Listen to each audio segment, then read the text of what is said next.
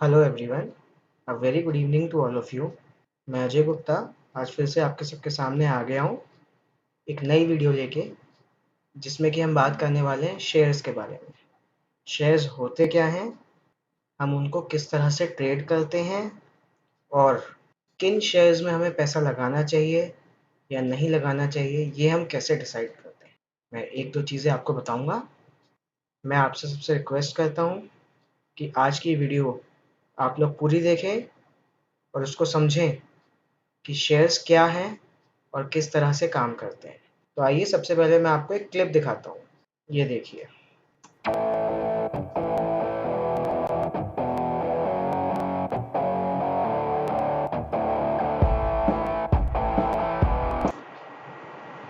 इसमें देखिए क्या लिखा है। Shares are units of ownership interest in a corporation और financial asset that provide for an equal distribution in profits. Share क्या होता है? एक यूनिट होता है। यूनिट मतलब एक हिस्सा। किसी एक कॉर्पोरेशन या किसी एक कंपनी के पूरे स्ट्रक्चर में, पूरी ओनरशिप में, ओनरशिप मतलब जितना पैसा उसके अंदर लगा हुआ है, उसमें से एक हिस्सा होता है शेयर। क्योंकि उसके बहुत सारे लाखों करोड़ों में शेयर्स होते हैं, उसके एक हिस्से को कहते हैं शेयर। तो आप कहते हो ना, हमने शेयर खरीद लिया किसी कंपनी का, हम उस कंपनी के मालिक बन गए। उसका मतलब यही होता है कि हमने उसकी ओनरशिप में से एक शेयर, एक भाग खरीद लिया। और हमें उसका मालिकाना हक तो पूरी तरह नहीं मिलता, लेकिन हम कह देते हैं मजाक मजाक में कि अब तो हम उसके मालिक हो गए। क्योंकि मालिकाना हक उसे ही मिलेगा जिसके पास 51% ऑफ शेयर होल्डिंग होगी। शेयर होल्डिंग मतलब, मान लीजिए आप एक कंपनी में इन्वेस्ट करना चाहते हैं, उसकी टोटल शेयर वैल्यू 1 करोड़ रुपए है। तो जिस भी इंसान के पास 1 करोड़ का 51% का ओनरशिप होगा, वही उस कंपनी का मालिक कहलाएगा। ये भी मैं आपको दिखाऊंगा कि किस तरह से वो अलग होते हैं और उनके पास कितने शेयर्स होते हैं। आपके सामने एक शेयर्स की डेफिनेशन आई। हम दोबारा पढ़ते हैं इस डेफिनेशन को। Shares are units of ownership interest in a corporation or financial asset that provide an equal distribution in any profits। आप उसके कॉरपोरेट के या कंपनी के ओनरशिप इंटरेस्ट में एक शेयर लेंगे और जब भी उसके प्रॉफिट का बंटवारा होगा, आप उस शेयर के लिए बराबर के हिस्सेदार होंगे कि उस प्रॉफिट पे आपका भी हक हो। If any are declared, but ये कंपनी के मैनेजमेंट के ऊपर होता है कि वो लोग डिक्लेयर करते हैं या नहीं। अगर उन्होंने डिक्लेयर करा है डिविडेंड, तो आपको मिलेगा। डिविडेंड क्या होता है? प्रॉफिट का पार्ट जो कि शेयर होल्डर को मिलता है in the form of dividends. ये देखिए, ये आप लोग सब समझ गए। इसी चीज को अगर मैं विकिपीडिया पे चेक करूंगा, तो आइए देखते हैं उस पर क्या लिखा हुआ है। मैं यहाँ पे अपने ब्राउजर खोल के उस पर विकिपीडिया पे आ गया और उस पर मैंने सर्च करा कि शेयर क्या होता है। इसमें देखिए इतनी बड़ी डेफिनेशन दे दी शेयर के लिए, जो कि मैंने आपको कुछ वर्ड्स में समझा दिया था। क्या लिखा है इसमें? In financial markets, a share is a unit of used as mutual fund, limited partnership, real estate investment trust. The owner of shares in the company is a shareholder of the corporation। यानी कि जब भी आप किसी company का share खरीद लेते हो, तो आप उस कंपनी के लिए उसके शेयर होल्डर हो जाते हो, उस कंपनी के लिए उसके शेयर होल्डर हो जाते हो। A share is an indivisible unit of capital expressing the ownership relationship between the company and the shareholder। Ownership, मालिकाना, एक मालिकाना रिलेशनशिप हो जाता है एक शेयर होल्डर का और उस कंपनी का। The denominated value of share is its face value and the total value and the total of the face value of issued share represent the capital of a company which may not reflect the market value of those shares. ये चीज आपको समझनी पड़ेगी। ये क्या होता है? हम शेयर्स परचेज और सेल करते हैं मार्केट वैल्यू पे, लेकिन उनकी एक बुक वैल्यू भी होती है। बुक वैल्यू क्या होती है? जिस प्राइस पे वो शेयर पहली बार इशू हुए थे, वो होती है बुक वैल्यू। फिर धीरे धीरे धीरे धीरे उस शेयर की डिमांड बढ़ती रही। और मैं उम्मीद करता हूँ कि इकोनॉमिक्स तो सबने पढ़ी है, 11th और 12th में तो पूरा ही बताते हैं डिमांड एंड सप्लाई क्या होता है। तो जब किसी एक शेयर की डिमांड बढ़ती है, तो वो अपनी बुक वैल्यू से ज़्यादा हो जाता है। और जब बुक वैल्यू से ज़्यादा होता है और कोई उसको सेल करता है तो उसे उस इंक्रीमेंटेड वैल्यू जो होती है उसका उसे एक्स्ट्रा पैसा मिला होता है। उसी पैसे को हम कहते हैं प्रॉफिट या गेन। ये चीज़ आप समझे।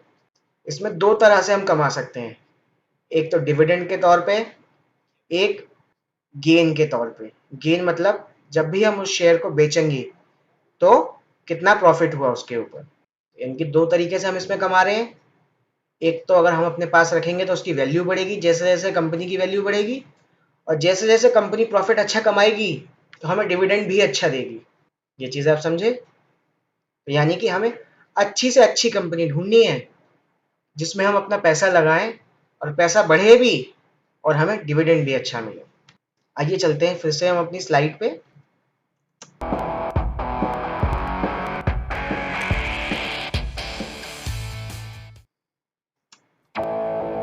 अब हम देखते हैं कि शेयर बिकते और खरीदे कैसे जाते हैं, कि शेयर की ट्रेडिंग कैसे होती है, शेयर कैसे खरीदे जाते हैं, कैसे बिकते हैं। उसका पहले मैं आपको बेसिक बताऊंगा कि बेसिक उसका मॉडल क्या है।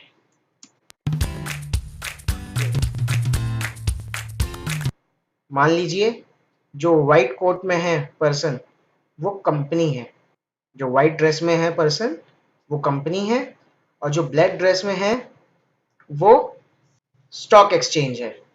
स्टॉक एक्सचेंज मैंने आपको बताया था, नेशनल स्टॉक एक्सचेंज होता है एक बॉम्बे स्टॉक एक्सचेंज भी होता है। तो ये मान लीजिए अभी नेशनल स्टॉक एक्सचेंज।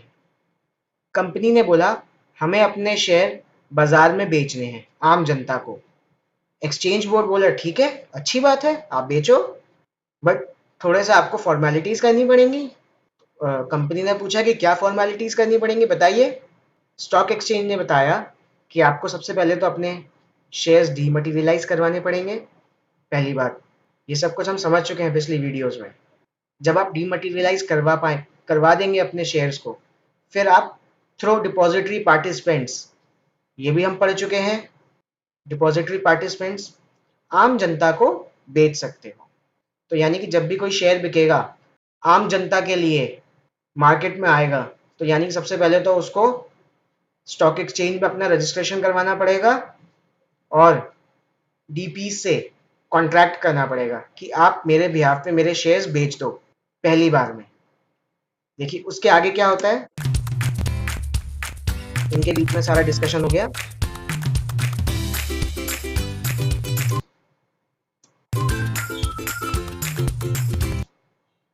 देखिए एक यहाँ पे स्लाइड शो खुल गई जिसमें यहाँ पे थोड़ा सा मैं आपसे सॉरी बोलूंगा, थोड़ा सा ब्लर्ड है, बट अगली वीडियो में मैं इसको और अच्छा बनाने की कोशिश करूंगा।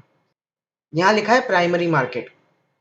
प्राइमरी मार्केट क्या है, देखिए कंपनी सिर्फ किसी पर्सन से मनी लेगी और उसको शेयर्स दे देगी। यानी कि जब भी पहली बार किसी कंपनी के शेयर इशू होते हैं तो वो प्राइमरी मार्केट में होते हैं। और देखिए प्राइमरी मार्केट में किस तरह से शेयर इशू हो सकते हैं।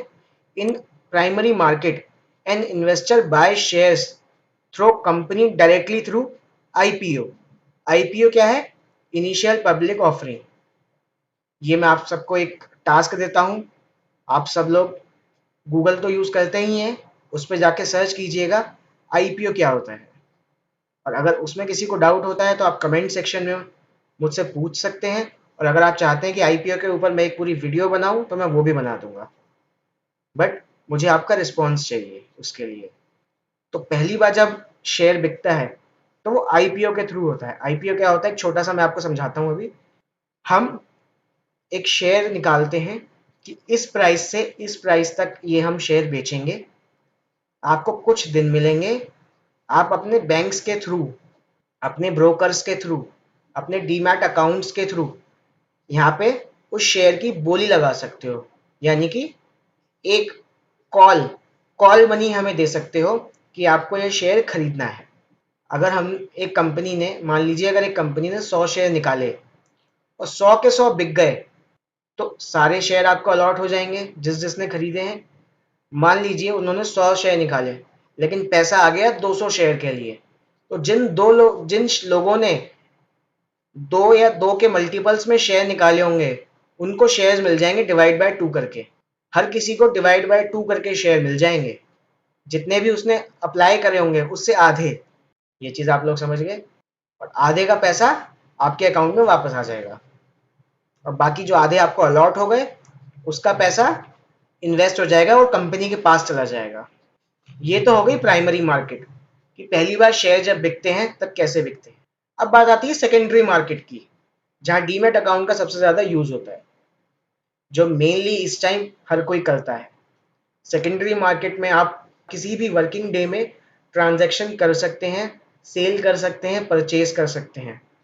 कुछ टाइम पीरियड होता है, जैसे सुबह 9:30 बजे से दोपहर के 3 बजे तक। किसी ब्रोकर के या किसी स्टॉक एक्सचेंज में कुछ थोड़ा सा ज़्यादा हो जाता है, किसी में कुछ कम होता है, लेकिन एक स्टैंडर्ड टाइम यही होता है इंडिया के टाइमिंग के हिसाब से।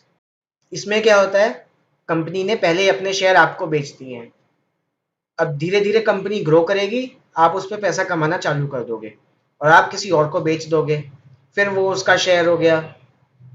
फिर जब वो आगे बेचेगा तो वो हाई प्राइस पे बेचेगा और उतने बीच का डिविडेंड भी कमा लेगा। ये चीज आप लोग समझे। तो बेसिकली आजकल लोग किस पे फोकस कर रहे हैं, सेकेंडरी मार्केट में। देखिए क्या होता है सेकेंडरी मार्केट में। In secondary market one investor purchase share from another investor. इसमें क्या होता है, एक इन्वेस्टर दूसरे इन्वेस्टर से जाके शेयर खरीदता है। यहाँ कंपनी का कोई रोल नहीं है। आपको अपने डीमैट में दिखा होगा कि ये शेयर इतने प्राइस का बिक रहा है, आपको लगता है कि मुझे खरीदना है, तो जैसे ही आप जाएंगे क्लिक करेंगे तो आप वो खरीद लोगे, और कोई ना कोई उसको बेच देगा आपको, और वो पैसे उसको मिल जाएंगे। जितना पैसा आपके डीमेट अकाउंट से कटा होगा वो पैसा उस शेयर होल्डर को मिल जाएंगे, एक्स शेयर होल्डर को जिससे आपने परचेज करा है। और आपके डीमेट अकाउंट में उतने ही शेयर्स T+2 डेज के बाद में, यानी कि ट्रेडिंग प्लस 2 डेज के बाद में वो शेयर आपके डीमेट अकाउंट में क्रेडिट हो जाएंगे। तो देखा आपने, आपको खुद कुछ नहीं करना। पहले शेयर सर्टिफिकेट जाता था, फिर जब हम बेचते तो दूसरे से लेके आके किसी और को देते थे, फिर उससे पैसा आता था, फिर हमें ट्रांजैक्शन देखनी पड़ती थी कि पैसा आ गया नहीं आ गया, बहुत चीजें चेक करनी पड़ती थी। अब ऐसा कुछ नहीं है, एक क्लिक पे आप शेयर परचेज कर सकते हो, एक क्लिक पे आप शेयर सेल कर सकते हो।